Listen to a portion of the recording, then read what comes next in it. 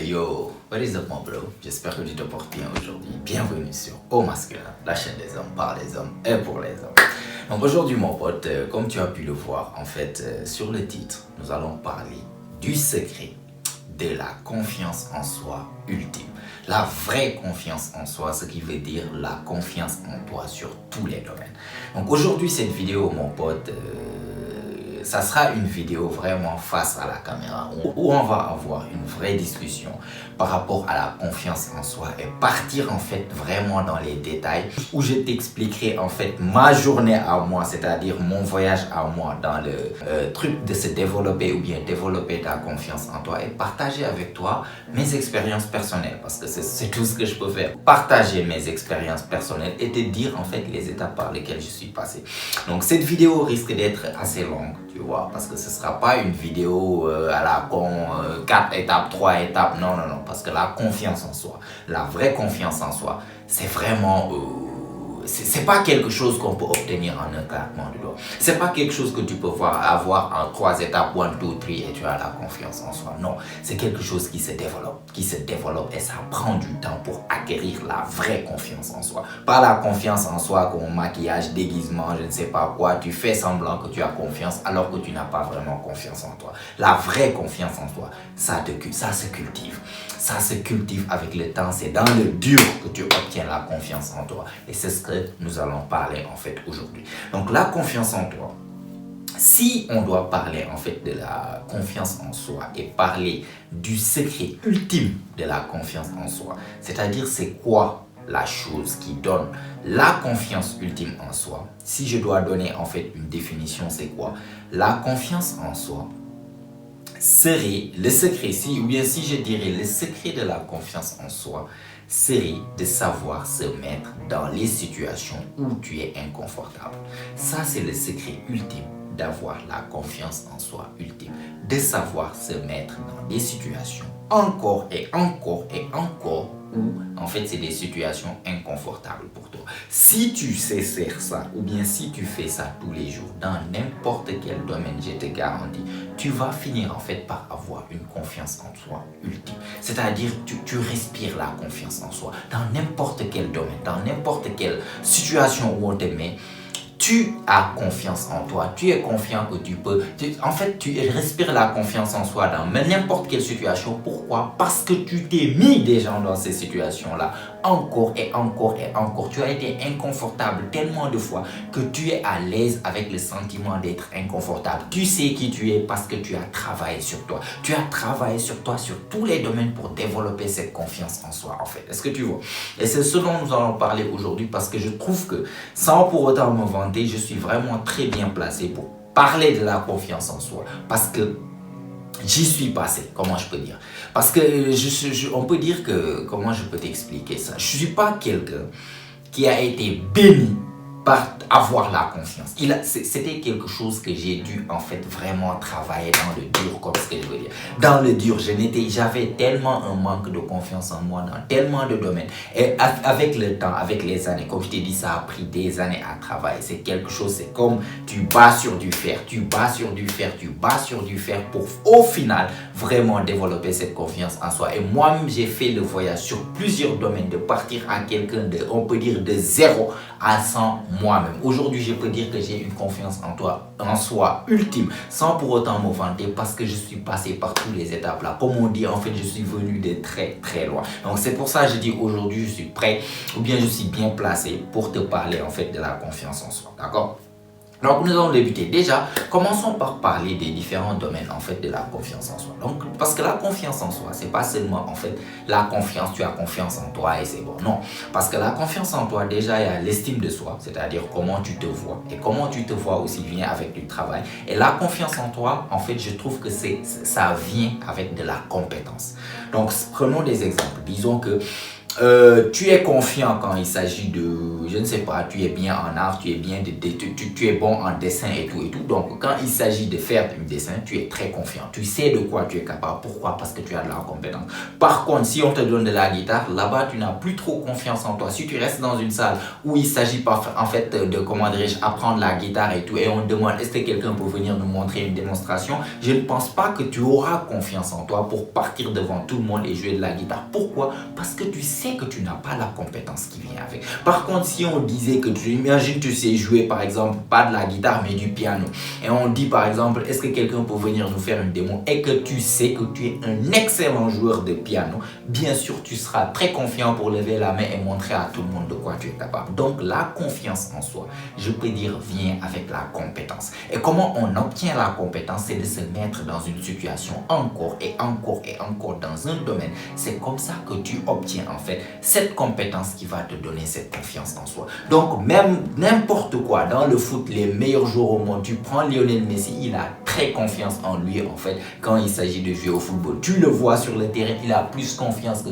tout le monde en fait, il a plus confiance en lui que tout le monde. Il demande la balle, il tente des actions que il sait que seul lui peut les faire parce qu'il sait que c'est le meilleur au monde. Il a été dans ces situations encore et encore depuis qu'il est né, presque jusqu'à maintenant où il est à la trentaine. Tu vois, donc comme je t'ai dit, la confiance en soi vient avec la compétence. Donc, il faut savoir que pour avoir la confiance en soi ultime, c'est-à-dire quand on dit la confiance en soi ultime, c'est-à-dire la confiance en toi dans presque tous les domaines de la vie, tous les domaines de la vie, n'importe quelle situation on te met, même si à la base, à certaines situations où tu n'es pas vraiment calé dedans, mais je parle des situations générales de la vie. Quand tu vois un mec qui a confiance en lui, déjà commençons par voir les différents types de confiance en toi que tu peux avoir, parce que ces différents domaines, nous allons parler des domaines généraux. D'accord?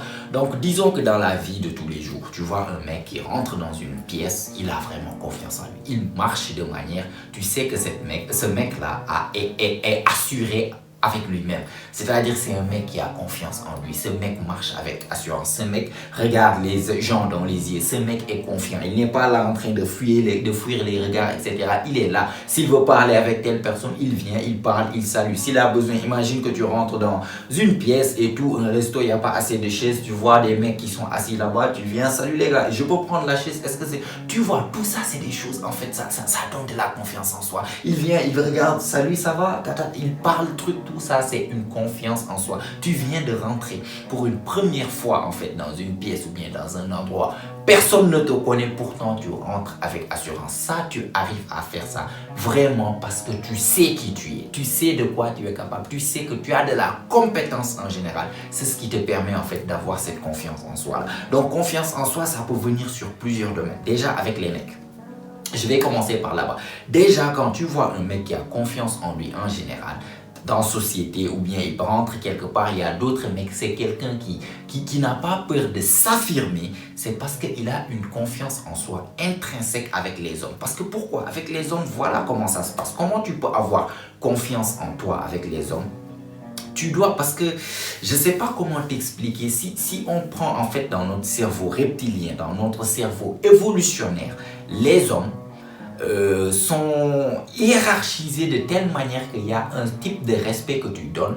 Et ce respect est basé, si on prend de manière vraiment reptilien, si on prend le cerveau reptilien, si on prend, comme les Anglais l'appellent, au niveau primaire, voilà, on a primal level, si tu prends au niveau primitif, les hommes, la confiance des hommes dépend en fait de leur niveau de violence. Parce que n'importe quelle interaction que tu vois avec un mec, que ça soit des amis qui partent ensemble, des amis qui truquent, tu verras toujours que leurs interactions se basent sur une seule chose, le degré de respect que chacun donne à l'autre. Et ce degré de respect que chacun donne à l'autre, je te garantis que dans 90%, ça dépendra en fait au niveau primitif du niveau de violence de chaque mec. C'est-à-dire si un mec sait qu'au niveau primitif que ce mec est plus fort que lui, ce mec est physiquement plus imposant, ce mec représente une menace pour lui, tu verras que en fait il sera plus inclin à respecter ce mec-là.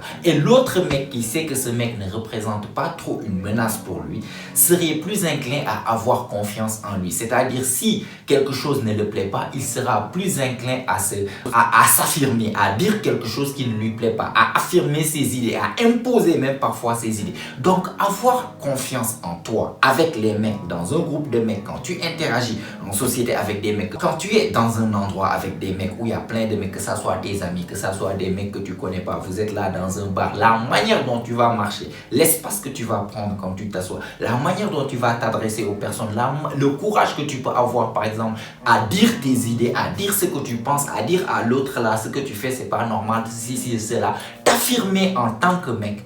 Cela dépendra pur et simplement de ta confiance en toi, mais aussi pur et simplement de comment tu es hiérarchisé par rapport aux autres mecs quand il s'agit du niveau primitif, c'est-à-dire du niveau de « Ok, ce mec-là semble plus dangereux que moi. Non, ce mec est beaucoup moins dangereux que moi. » Tout ça, je peux te garantir, rares sont les personnes qui vont rester là à parler de ça, à parler de violence, de capacité, d'avoir une capacité de violence dans un monde moderne de tuin dont on vit actuellement. Quand on parle de violence, on te dit, toi, tu es un animal, tu vis dans les trucs. Alors que même jusqu'à maintenant, les interactions qu'on a entre nous, je te garantis, regarde bien les interactions que tu as avec tes potes, que tu as avec les amis, que tu as avec des connaissances, partout où il y a des mecs entre eux, la manière dont ils interagissent, tu vas voir que c'est basé le plus souvent sur ce niveau, en fait, de respect par rapport au niveau de violence. Parce que chez les mecs, n'importe quelle interaction, que tu dises à un mec, yo, j'aime pas ce que tu fais, que tu dis à un mec ceci, chaque fois que tu t'affirmes chez un mec, il y a toujours cette possibilité qui peut être 1% ou 0%, 0,5%, le pire des cas en tout cas, si on prend, il y a toujours cette possibilité inconsciemment que ça peut arriver à un niveau de violence. Et quand ça arrive à un niveau de violence, c'est là-bas maintenant que inconsciemment, on passe à comment traiter ce mec-là. On va traiter ce mec-là différemment parce qu'au cas où les choses partent dans le pire des scénarios, ce mec est plus dangereux que moi, ou bien ce mec est moins dangereux que moi. Donc, comment tu vas interagir avec tel mec, même si c'est des amis et tout, vous vous blaguez et tout, mais quand ça commence un tout petit peu à savoir, par exemple, qui doit s'affirmer, qui doit dire ce qu'il faut dire, qui a peur de un peu s'affirmer, qui vraiment a confiance en lui de dire les choses qu'il doit avoir, en fait, dans un groupe de mecs, dépend toujours du niveau de violence dont tu es capable, tu vois. Donc, je vais te donner un exemple aussi. Donc, ça s'est passé à la salle récemment. Ça fait même pas, je pense, une semaine et plus. Hein. Du coup, j'étais à la salle en train de m'entraîner. Comme d'habitude, j'étais en train de faire en fait superset. Donc, quand on dit superset, c'est-à-dire tu entraînes les biceps. Donc, j'avais les poids. Donc, je faisais les biceps. Et dès que tu termines, tu déposes, tu pars, tu commences à faire les triceps. Donc, c'est faire des muscles antagonistes. Donc, sans rentrer dans les détails, il y a un mec qui est là-bas, qui s'entraîne avec nous là-bas depuis quand même longtemps. Ça fait longtemps que je le vois. Et ce mec, c'est le mec en fait le plus balèze de la salle. Donc tu connais ces mecs là qui sont balèzes, qui vraiment viennent, c'est pas un mec vraiment décidé, tu connais ces gabarits balèzes de powerlifter là, exactement, ce genre de mec, je sais pas, pour les personnes qui partent à la salle, vous allez savoir ce que je veux dire par là, tu sais, ce genre de mecs qui sont là, qui marchent genre comme si c'est les plus gros, genre qui veulent chaque fois faire le mec, qui veulent genre quand ils s'entraînent, tu les vois faire du bruit, et après ils jettent le poids par-ci par-là, ils se lèvent, ils marchent à gauche, à droite, tu sais, le mec qui fait genre le mec parce que c'est le plus balèze de la salle, qui fait genre le mec, etc. Et ce mec là, je le remarque depuis tout le temps, il fait toujours ça.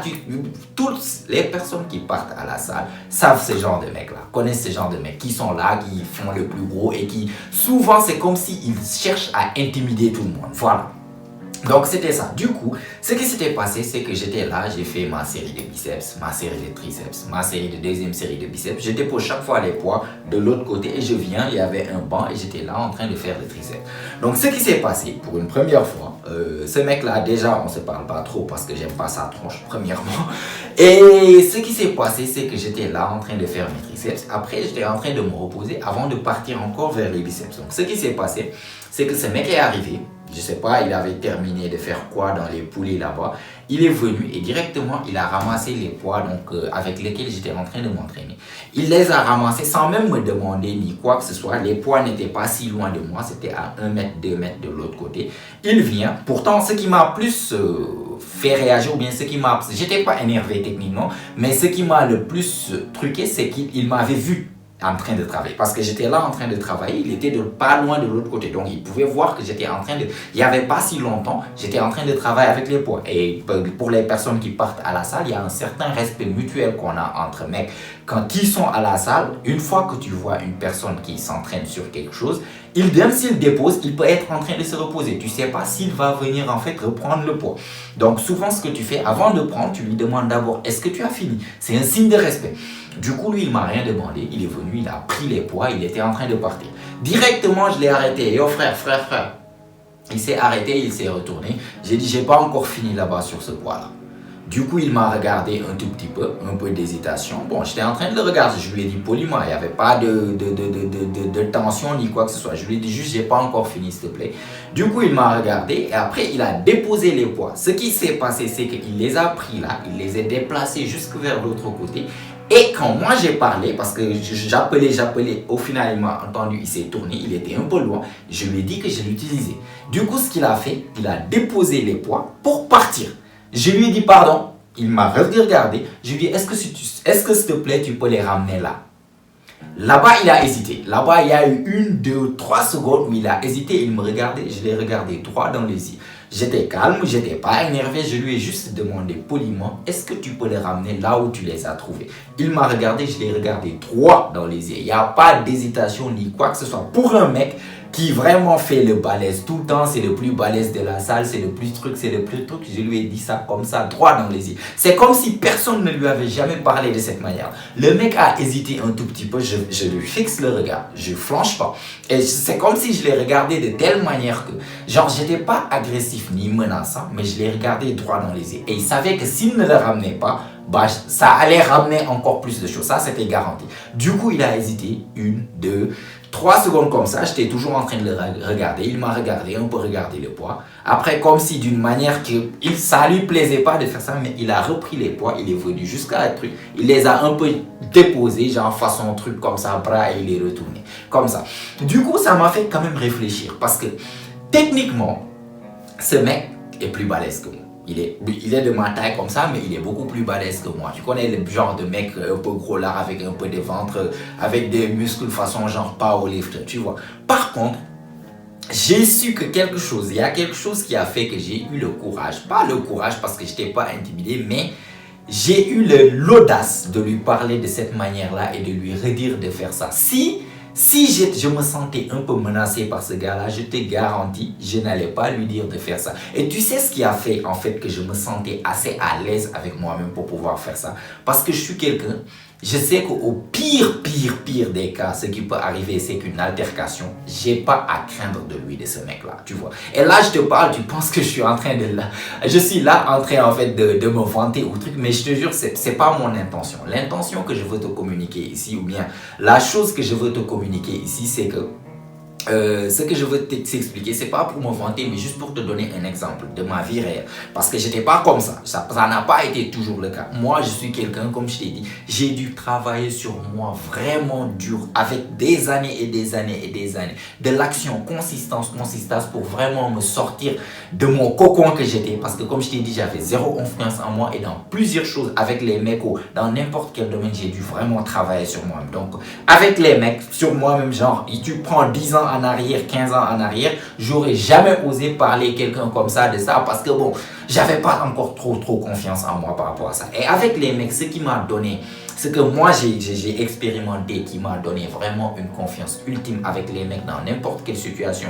J'ai pas peur de rentrer dans un endroit, voir des mecs. Si je dois m'affirmer, je vais m'affirmer. J'ai pas peur de dire à un mec, par exemple, les 4 vérités. J'ai jamais peur d'affirmer. Si je vois quelque chose qui me plaît pas, je le dis. Et ce qui me donne cette confiance aujourd'hui, c'est quoi? C'est que comme je t'ai dit, je sais qu'au pire des cas où il y a une altercation, j'ai pas grand chose à craindre de ce mec-là. Et c'est pas parce que je suis là pour me vanter que je le dis, mais c'est parce que j'ai vraiment travaillé sur moi pendant des années, surtout sur plein de domaines. Et ce domaine en particulier, je l'ai travaillé. Parce que comme je t'ai dit, quand j'étais petit, je dis pas que j'étais un poltron et tout, mais quand même, souvent je me sentais intimidé par rapport à certains mecs. Tu vois, par rapport à des mecs où je sais qu'ils sont plus balèzes que moi et tout. Et je sais pas, ce qui m'a aidé, c'est que j'ai effectué quand même depuis ma jeunesse des trucs, mais surtout, bon, jusqu'à maintenant, je les pratique, c'est les sports de combat. Les sports de combat, comment? C'est-à-dire, si tu veux vraiment avoir une confiance ultime avec les mecs en général, va pratiquer un sport de combat. Parce que souvent, ce qui se passe, et c'est ce qui m'a fait arriver avant même, c'est que tu as tellement peur des conséquences que tu n'arrives pas en fait à t'affirmer. Tu as peur des conséquences. Les conséquences, c'est quoi? C'est que ça arrive à l'ultime étape de l'altercation. L'altercation, tant que tu as peur de cette étape-là, tu auras toujours une appréhension à t'affirmer avec les autres mecs, tu vois. Parce que dès que tu sens que ce mec est peut-être plus balèze que moi, ce mec est ceci, ce mec peut-être s'il y a altercation, il va me faire ceci, faire ceci, tu ne seras jamais à 100% avec toi-même, sûr de toi et avoir confiance en toi. Et le fait qu'avec les années, au fil des années, que je pratiquais des sports de combat, je partais et je faisais ça exprès moi-même. Je me rappelle dans des classes de boxe, chaque fois quand je partais, je le faisais exprès parce que souvent en boxe, en fait, pour ne pas trop se blesser, ce qu'on fait, bon, c'est qu'ils portent protège-dents et tout. Et souvent, on peut dire on part pas vraiment à 100%. On peut s'entraîner, tu reçois des coups, bien sûr, tu te blesses et tout. Mais c'est pas vraiment pour vraiment arracher la tête de l'autre comme si c'était une vraie bagarre. Donc, ce que je faisais, je partais chez un mec, je me rappelle très bien. Tous les samedis, en fait, c'était comme si c'était vraiment une bagarre. Genre, vraiment quoi. Je partais, je me rappelle souvent, chaque fois je revenais en fait de ces séances de sparring dures que je faisais avec lui. Je te garantis, tu es là, tu veux manger les dîners du soir, tu n'y arrives pas. Parce que tellement ta mâchoire a été, t'as pris un coup d'une manière que voilà. Donc, ce que je veux t'expliquer par là, c'est que quand je faisais de la boxe, en fait, je le faisais exprès même. C'est comme si tu as peur de quelque chose, mais tu te mets dans cette situation encore. Et encore. Je partais toujours vers les mecs plus balèzes que moi. Genre ce mec dont je t'ai dit qu'on était à la salle, il était plus balèze que moi, de ma taille, etc. Certes. Mais les mecs avec qui je m'entraîne, jusqu'à maintenant aussi, tu vois des mecs 2 mètres comme ça. Il y en avait un qui était, je me rappelle quand j'avais commencé comment on appelle? Full contact, parce que j'ai fait la boxe, j'ai fait full contact. Il y avait un mec qui était dans la classe de boxe, le mec faisait, je pense, s'il n'était pas déjà 2 mètres, je pense qu'il n'était pas loin d'être 2 mètres. Un jour, il m'avait parlé, il faisait 107 kilos comme ça. Donc 107 kilos comme ça, 2 mètres. Première fois où je suis parti faire sparring avec lui, je te garantis, le mec était là-bas. Il était de l'autre côté de la pièce en train de me filer des jabs d'une balle. J'arrivais même pas à m'approcher de lui. Et puis il était vif et méchant en plus. Donc je partais vers lui. Pour les premières séances que je faisais là-bas, le mec littéralement me lobotomisait. Je savais pas comment dealer parce que d'habitude je suis assez grand de taille, je fais 1m84, 85. Du coup, bon, j'arrivais à gérer, mais le mec qui faisait presque 2 mètres, je suis pas habitué à un mec avec une allonge comme ça. Et surtout, il était rapide. Du coup, il était de l'autre côté. Dès que j'essayais de m'approcher, il me filait des diabs. Bam! Du coup, je savais pas comment faire. Donc, c'était comme ça. Souvent, en fait, ça craignait de partir et de vraiment voir que tu n'arrives pas à les gérer. Mais je retournais encore. Pourquoi? Parce que déjà, j'étais quelqu'un depuis tout petit. Même quand je me battais et tout, j'avais pas vraiment peur, mais j'avais toujours cette peur caché de recevoir un coup au visage et que ça fasse mal. J'ai toujours eu cette appréhension de recevoir des coups, tu vois. Du coup, je me mettais dans cette situation-là. C'est pas pour rien que j'ai fait des arts martiaux, j'ai fait des sports de combat, que ça soit la boxe, que ça soit full contact. Je partais souvent, chaque semaine. Surtout, il y avait des moments vers 2018, je me rappelais, je m'entraînais presque, où j'avais beaucoup de temps, je m'entraînais, comment dirais-je, lundi c'était boxe, mardi full contact, mercredi boxe, jeudi full contact, vendredi boxe, samedi full contact et samedi je faisais sparring dur. C'était comme ça pendant des mois et des mois. Je me suis mis dans cette situation encore et encore. Je partais toujours, le mec avec qui je faisais sparring dur chaque samedi, déjà c'était un mec qui compétissait. Moi j'ai jamais eu la chance malheureusement de compétir, même si je savais que j'avais le niveau parce que je me mettais avec des mecs qui avaient le niveau de compétition et ça a truqué. Mais pour des trucs de... Bon, je vais pas trop rentrer dans les détails, mais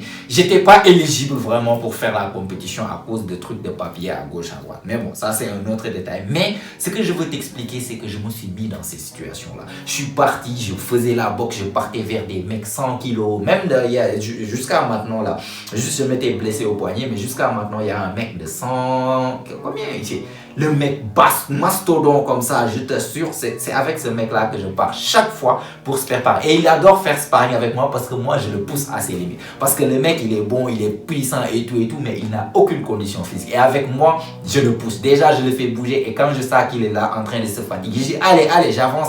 Et ça commence à donner des coups, tout ça. Du coup, je me mets toujours dans des situations où je vois, waouh, Ce mec, c'est vraiment déjà, il est balèze et grand de taille, pas petit, et en même temps, il a de la technique, de la puissance et tout. Je pars chez lui. Je pars chez lui et je lui dis, vas-y, on y va. 80%, 90%, ne retiens pas ses coups, on y va. Tout ça, c'est pour me mettre dans des situations pires que...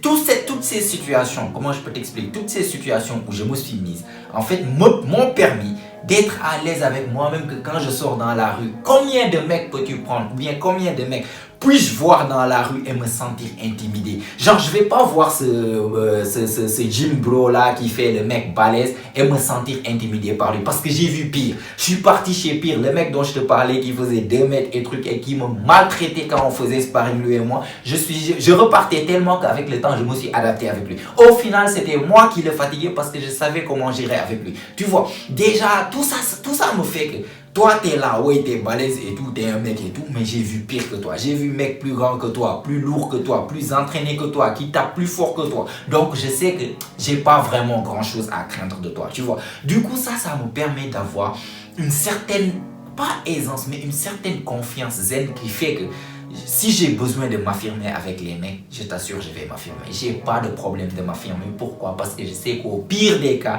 je n'ai rien à craindre de toi. Parce que déjà, pourquoi? J'ai travaillé sur moi-même, sur ce domaine, de savoir que déjà, quand on parle de force pure physiquement, je m'entraîne. Je me suis entraîné genre presque toute ma vie, on peut dire ça. Premièrement, de deux, je m'entraîne jusqu'à maintenant. Quand on parle de force physique seulement, je soulève des choses à la salle qui me permettent de savoir en temps réel que je sais que je suis plus fort que 99,98% des mecs avec que je fréquente ou bien que je rencontre dans la rue. De un. Et de deux, je suis entraîné de telle manière que je sais que si au pire des cas, je sais comment te gérer. Ça te permet d'avoir déjà une confiance ultime quand il s'agit des situations où tu es en contact avec les mecs. Déjà, tu sais que si tu as une certaine déjà corpulence, tu sens un certain respect de la part des mecs. Les mecs ne vont pas trop te chercher de un. Et de deux aussi, tu sais que même si ça arrive dans ces moments-là, tu sais que tu peux te gérer. Tu n'as vraiment pas grand chose à craindre, ce qui te permet pourquoi d'avoir une confiance ultime. Vous êtes entre mecs et tout. Si tu as besoin de dire quelque chose, tu le dis. Si tu as besoin de partir quelque part et de dire pardon, est-ce que tu peux pousser un peu, je peux m'asseoir, ou bien je me déplace, pardon un peu. Tu n'as pas, dans les situations de la vie réelle en fait, tu n'as pas peur de t'affirmer, tu n'as pas peur de partir faire ce que tu as à faire. Pourquoi? Parce que tu n'as pas vraiment peur de conséquences. Prenons un autre domaine, parce que comme je dis, je sais pas, la vidéo va faire combien de minutes, mais il faut vraiment qu'on parle de ça pour que tu puisses comprendre d'où vient cette confiance que tu peux cultiver. Comment il faut avoir la confiance ultime. Prenons les meufs par exemple, voilà. Prenons les meufs, je suis quelqu'un de réputé pour avoir une certaine confiance avec les meufs. Donc j'ai toujours été le mec, voilà, on voit une meuf, on est dans un groupe, les mecs sont là, waouh, t'as vu la meuf. Moi j'aimais bien les impressionner, surtout quand j'étais plus jeune, les impressionner de telle manière qu'on voit une meuf qui passe comme ça, tu vois mes potes qui sont là en train de regarder, surtout si on vient de se connaître, ils connaissent pas encore ce côté de moi. Moi je les laisse, ils admirent la meuf et tout sans rien dire, je pars, je commence à parler à la meuf. Et ça m'est déjà arrivé de revenir avec le numéro de la meuf sur un bout de papier et déchirer ça et les jeter sur truc et dire voilà comment on fait, tu vois. Juste pour un peu me vanter et rigoler et tout, mais comme je t'ai dit, je suis réputé pour avoir cette confiance. C'est-à-dire, j'ai pas peur d'aller voir une meuf et papoter avec, parler avec, prendre son numéro, etc. Ça, c'est devenu normal pour moi. Et je sais pertinemment que c'est quelque chose de très dur pour la majeure partie des mecs. Beaucoup de mecs n'ont pas ce courage de partir voir une meuf, surtout si elle est belle, canon et tout. Partir juste être naturel, normal et parler avec. Et tu penses que je suis naturellement confiant, j'étais né comme ça? Oh que non. Oh que non. Il a fallu sur ce domaine aussi que je travaille vraiment sur moi par rapport à ça. Comment j'ai fait? Imagine-toi, je me rappelle, je peux te donner une anecdote. Par exemple, je me rappelle, ça devait être au lycée, je devais avoir 16 ans, peut-être comme ça, 15-16 ans. Où on était parti, je me rappelle très bien, on était au lycée, c'était première année de lycée comme ça. Et on était parti vers un autre collège où il y avait un de mes potes, mon meilleur pote là, avec qui on est en contact jusqu'à présent. On était parti dans son collège, dans son ancien collège, vu qu'on venait d'arriver au lycée. Bon, ils avaient toujours des connaissances au collège. Donc je me rappelle, c'était un après-midi, on était parti là-bas et tout. Et il y avait les plus assurés, ou bien il y avait mes potes qui étaient là, qui nous ont défié en fait de partir parler avec des meufs. Parce qu'ils nous disaient, vous avez peur de parler avec des meufs, etc. etc. Et oui, j'avais j'avais vraiment peur de parler. Je me rappelle très bien ce jour, ils m'ont forcé. Je suis parti parler avec la meuf, je te jure devant Dieu. Genre, quand je prenais le numéro de la meuf, j'étais là. La meuf me disait son numéro, j'étais là, j'avais les doigts qui tremblaient. Plus que ça, j'arrivais pas à arrêter les tremblements en fait de mes mains au moment. Donc j'étais là, je me disais dans ma tête, mais putain, elle me voit, arrête de trembler. J'y arrivais pas tellement, j'avais peur. Je t'avais expliqué dans une de mes vidéos la première fois où je suis parti, j'ai osé partir parler à une meuf où je suis passé une fois, deux fois, trois fois, elle était toujours assise. Je faisais semblant que je faisais des choses parce que je voulais lui parler. Quand j'arrivais juste vers elle, je changeais d'avis tellement j'avais la frousse. J'avais le cœur qui battait à 1000 à l'heure. Parfois, je veux parler, je bégaye même, j'arrive pas. Donc, tout ça, il a fallu que je me mette dans la situation encore et encore. Parce que je sais pas pourquoi, mais heureusement, j'ai ça. Parce que vraiment, je suis content que j'ai ça.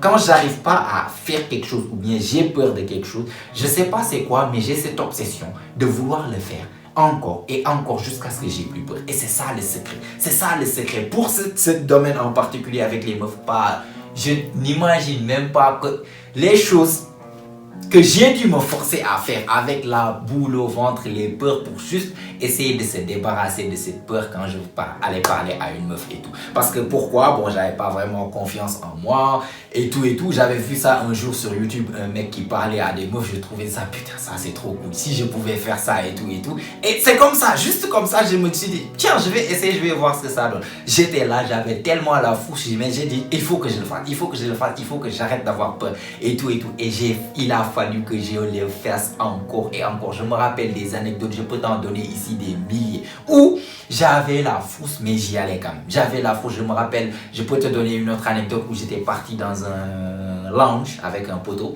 Tu vois, un lounge avec un poteau, on était là, tranquille, posé, et il y avait des meufs. Elles étaient 5 au total.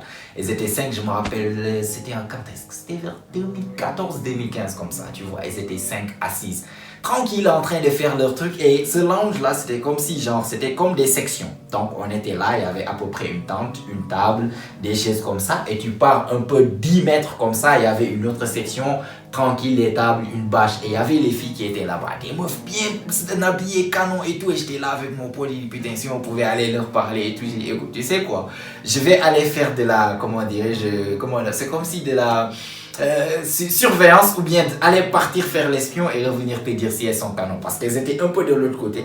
Du coup, j'ai dit à mon pote, je vais partir un peu de l'autre côté. Quand j'arrive vers la piscine, tu m'appelles, je fais semblant comme si je parle au téléphone. Du coup, il m'a appelé et on parlait. Je lui dis, mec, je suis là en train de les voir de face, elles sont vraiment canon et tout. Et ah bon, non, sérieux, il faut qu'on trouve un moyen. Donc je suis retourné et tout. Du coup, on a décidé que je vais partir en premier.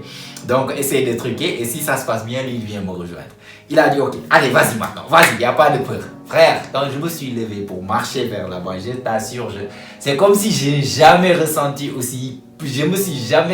aussi j'ai jamais senti la frousse, rarement que j'ai senti une telle frousse de ma vie. Je suis parti, c'est comme si cette peur du rejet était décuplée, parce qu'elles étaient 5 meufs. D'habitude j'étais habitué à parler à une meuf, maximum 2. Elles étaient 5 assises en train de parler. Quand je me suis arrivé, ce sont tous tus et me regardaient comme ça, putain. Pourtant là-bas j'étais là, je suis là, j'ai parlé, je me rappelle même plus, j'ai dit des conneries là-bas, etc. Jusqu'à ce qu'au final je me suis assis, on était en train de papoter, j'ai appelé mon pote, on a passé une bonne soirée. Tu vois, c'est à force de te mettre dans ces situations pour voir que oui, effectivement, tu arrives, tu as des positifs feedbacks, tu arrives à vraiment, oui, pourquoi pas, j'y arrive, je suis pas mort, j'y arrive, je suis pas mort. Voilà, c'est à force de te mettre dans les situations, c'est à force du dur. On apprend la confiance en soi, ça arrive dans le dur. Dans n'importe quel domaine, il faut que tu te mettes la pression encore et encore. Parler en public, ça aussi c'est quelque chose, je te jure, j'ai eu une peur bleue dans toute ma vie de pouvoir parler en public. J'ai toujours eu peur. Frère, ça m'arrive si je suis dans une classe. Bon, quand je connais mes camarades, on se connaît et tout. Ouais, je peux faire même des blagues, c'est pas grave. Mais quand on est dans un endroit, dans une salle de classe où on vient d'arriver, j'ai jamais eu même l'audace, même si le professeur pose une question, moi je connais la réponse, j'ai jamais eu même l'audace de lever la main et de dire la réponse. Pourquoi? Parce que je me dis dans ma tête, ces personnes ne me connaissent pas. Peut-être je vais dire la réponse, c'est pas la bonne réponse. Le professeur va me dire non et je vais passer pour un teubé. Je serai ridicule, etc. J'ai toujours eu ce blocage en fait mental de pouvoir juste rester et parler en public. J'y arrivais pas du tout. Même lever la main, dire je suis à ma place, dire quelque chose, poser une question, débattre avec le prof, ça m'arrivait pas. Tant que je suis habitué, ouais, là, quand vers la milieu de l'année, fin de l'année, je me suis habitué à tout le monde, je connais tous, c'est mes potes maintenant et tout. Là-bas, j'ai le courage de dire des réponses, parfois faire des blagues et tout et tout. Mais sinon, si je connais pas les personnes qui sont autour, hey, on m'entend pas, je deviens comme souris. Même le prof qui m'interroge comme ça, juste alors que j'ai pas demandé, frère, même aller au tableau, faut même pas voir la pression sociale que je ressentais. J'avais toujours une peur bleue en fait de parler en public. Ça aussi c'est quelque chose que j'ai dû développer de zéro jusqu'à là ou maintenant. Mais il a fallu que je me force à faire des choses, n'imagine même pas, j'étais là, je voulais, chaque fois en fait je me forçais à faire des exposés. Quand on parlait d'exposés, au lieu de par exemple faire exposer avec un groupe où tu es assis avec un groupe, tu as une partie, moi je partais vers le prof, je lui disais est-ce que je peux faire mon sujet à moi, c'est et tout ça pour me forcer à me mettre dans ces situations. Je me suis forcé petit à petit et chaque fois, même si j'arrivais à faire des exposés et tout, c'était toujours encore, je voulais, parce que j'avais toujours cette peur, cette appréhension, j'y allais encore. J'y allais, j'ai fait des exposés, j'ai fait des trucs. Mais frère, je suis même parti jusqu'à en fait un concours de parole en public. On l'appelait Best Speaker, c'était en 2018. Je suis même parti vers une compétition en fait de parole en public. Et je te garantis ce que tu sais pas, c'est que je suis même parti jusqu'en finale. Donc c'était en 2018, ça c'était au moment où j'étais vraiment en fait à fond dans le truc de la parole en public. J'ai regardé des vidéos et j'essaie n'importe quelle situation. J'ai animé des, comment on appelle, des journées culturelles. J'ai animé des, par exemple, lorsque notre master faisait notre, comment dirais-je, notre journée de graduation day, où les parents arrivent, l'amphi était plein. C'était moi qui avais demandé d'être l'animateur. Bon, parce qu'il savait qu'à ce moment-là, ça avait déjà trouvé que j'étais bon parole. J'étais bon parleur quand il s'agit de parole en public. Il savait ça déjà. Du coup, il me le redonnait. Et chaque fois, moi, c'est genre de situation. Même si à chaque fois, t'as le boule au ventre, en fait, la boule au ventre, je partais quand même. Et je le faisais. Et en ce moment, ça a trouvé que bon, j'étais vraiment bon. Donc, comme je t'ai dit, chaque fois qu'il y avait cette opportunité de partir pour parler dans des personnes et tout, devant des personnes, bah, je faisais en sorte d'y aller et de faire le nécessaire. Pourquoi? Parce que comme je t'ai dit, pour avoir une confiance en soi dans telle chose ou telle chose, il faut être dans cette situation encore et encore et encore et encore jusqu'à développer une certaine compétence. C'est ça qui te donne ça. Avec parole en public, comme je t'ai dit, des exposés, ça a commencé par des exposés. Après, je suis parti, je me suis développé jusqu'à un moment donné, j'ai eu l'audace d'animer en fait des journées culturelles. Imagine des personnes qui sont là, tu es là, est-ce que vous êtes chaud? Tu vois, faire ce genre de choses, DJ musique, présenter, voilà le programme, tout ça, je l'ai fait. Je suis même parti jusqu'en 2018 où je suis parti participer à un concours de Best Speaker. Et c'est là-bas où, en fait, ça m'est arrivé la pire peur de tout le monde qui peut arriver, en fait. De toutes les personnes qui ont peur de la parole en public, la pire chose qu'ils redoutent, bah, ça m'est arrivé le jour, en fait, de la finale Best Speaker.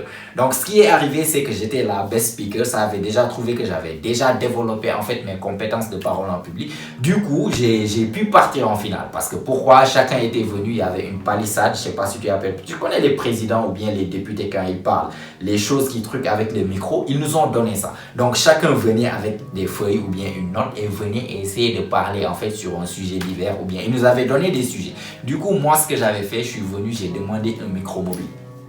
Du coup, ils m'ont filé un micro, j'ai laissé en fait je sais pas, le stand thing là-bas et je suis parti avec mon micro. J'avais pas de notes, j'avais rien du tout, j'avais tout maîtrisé et j'avais déjà assez de compétences de prise de parole en public pour pouvoir rester là devant toute une, je sais pas, une salle remplie de presque entre 200 et 300 personnes. J'étais là, j'ai fait en fait quelque chose d'extraordinaire. Directement, ils ont même parlé de ça lors des qualifications finales, je suis qualifié. Du coup, ils nous ont encore donné un deuxième sujet parce que le premier sujet, c'était le sujet en fait que tu choisis. Donc, tu choisis entre tel ou tel, mais que tu avais le temps de préparer. Maintenant, entre les qualifications et la finale, il n'y avait pas assez de temps. Par contre, ils nous ont donné, je ne sais même pas combien de minutes pour sortir préparé. Je suis sorti comme d'hab. J'ai préparé et tout. J'avais toutes mes notes, j'avais tout préparé. J'étais confiant à fond pour partir gagner la finale, frère. Donc, j'arrive à la finale, j'ai décidé de laisser mes notes là-bas, tu vois. Du coup, je viens, comme d'hab, je prends micro mobile, j'ai pas besoin de votre palissade, tu vois. J'avais confiance, je t'assure, j'avais confiance en moi, une confiance en moi que j'ai développée. Tu vois, du coup, j'arrive, je commence ma parole, je commence ma synthèse, comme d'hab, voilà, ça partait bien. Et à un moment donné, je sais pas comment, parce que j'ai oublié juste entre telle étape et telle étape. Par exemple, quand tu finis de parler de ce point, j'ai oublié l'autre point. Directement comme ça, c'était blackout. Frère, je suis resté comme ça. J'ai répété la phrase que j'ai dite une deuxième fois, une troisième fois. J'arrivais toujours pas à avoir l'idée. Et du coup, frère, je ne sais pas si ça a duré 5-6 secondes, mais je te jure, pour moi, c'était une éternité. La salle entière était silencieuse. Tu pouvais entendre une mouche voler. Tous ses yeux étaient tout silence en train de me regarder. Moi, j'étais là, j'arrivais pas à penser c'est quoi la prochaine étape. J'étais blackout. J'arrivais même pas en fait à me rappeler c'est quoi. Du coup, j'étais là, à un moment donné, tu m'entends respirer du micro. C'était incroyable. Genre, c'était la pire chose qu'une personne qui prend parole en public, en fait, redoutait, bah, ça m'est arrivé. J'étais complètement blackout. Du coup, ça a fait silence pour quelques secondes. Pour moi, c'est comme si c'était 5 minutes où tout le monde était là en train de me regarder. Je savais pas quoi faire. À un moment donné, le public a commencé à applaudir, comme ça. Du coup, directement, quand ça a applaudi, ça m'a un peu truqué. J'ai un peu rigolé. J'ai dit, bon, j'ai un peu oublié. J'avoue, j'ai un peu oublié ce que j'ai mis sur mes notes. Vous me permettez, je pars juste prendre mes notes et on continue. Je suis parti, j'ai pris mes notes et tout, et j'ai continué, et ça s'est bien passé, j'ai fini, mais bon, pas la peine de vous dire que j'ai perdu la finale, mais ça c'était juste une expérience pour te montrer que la confiance se cultive dans le dur. Quand tu te mets dans ces situations et que tu vois que bah, t'es pas mort et que tu sais gérer, tu as la compétence pour ça, tu as confiance. Après ça, tu me donnes n'importe quel truc, parole en public, même si bon, tu as un peu quand même la boule au ventre, mais c'est pas comme avant. Maintenant, je peux me mettre devant un groupe de public sans rien improviser. Je viens, je m'assois et je commence à parler. Et ça, c'est quelque chose que j'ai dû développer parce que je suis parti de zéro à héros dans les entretiens. Mon premier entretien par rapport aux entretiens que je fais maintenant, c'est carrément différent. J'étais stressé, j'étais truqué. Maintenant, je peux rester, je sais quoi faire. Même s'il y a un peu cette boule au ventre, bah, je sais quoi faire. C'est ça que je veux. En fait, avec tous ces exemples, dans n'importe quelle chose, la confiance en soi ultime, c'est avoir confiance en toi dans presque la généralité des choses de la vie. Tu sors, en fait, tu pars à la boutique, tu peux parler à gauche, à droite, tu peux faire la conversation, tu n'as pas peur de dire, s'il te plaît, est-ce que je peux avoir, si tu veux demander quelque chose, tu demandes, si tu veux dire quelque chose, tu dis, se lever en public, faire un petit speech, par exemple, tu peux le faire. Faire, par exemple, parler à une meuf qui te plaît, bah, tu peux le faire. Tout ça, c'est des choses, en fait, dont j'étais pas né avec. C'est quelque chose que j'ai dû développer dans le dur, te mettre tout le temps dans la situation. Encore et encore et encore, c'est ça qui développe la confiance en soi. Donc, le secret ultime, sors de ta zone de confort. Pour moi, c'est comme ça. Le secret de la confiance en toi ultime, dès que tu sens que, tiens, cette chose me fait peur, cette chose me stresse, bah allez, on y va. C'est ça la direction à suivre. On part, on y va, jusqu'à ce que tu ne ressentes plus cette peur, jusqu'à ce que tu maîtrises. C'est comme si en fait ça devient ton salon, ça devient fait partie de ta zone de confort. Après, tu te retrouves dans une autre situation. Tiens, de ce côté, j'étais un peu inconfortable. J'avais peur de dire quelque chose. Bah, la prochaine fois, attends, j'attends la prochaine fois. Tu es là, tu as une idée, il y a des personnes, tu as peur peut-être de te faire juger, c'est là-bas. On le fait. Tu te lèves, tu lèves la main, tu dis ce que tu as à dire. Même si la première fois, tu peux bégayer, tu peux paraître ridicule, on s'en fout. Tu le refais le lendemain, tu le refais le surlendemain. Je te garantis, un jour viendra où tu vas te mettre dans une situation, tu vas réagir, ce sera naturel pour toi. Tu vas même pas en fait te rendre compte comment avec le temps tu t'es développé et que tu as confiance en soi, en toi plutôt, dans ce domaine précis. Donc c'est ça le secret. Dès que tu vois quelque chose qui te fait peur, qui te rend inconfortable, vas-y. Et avec le temps, en développant tout ça, en ayant une obsession de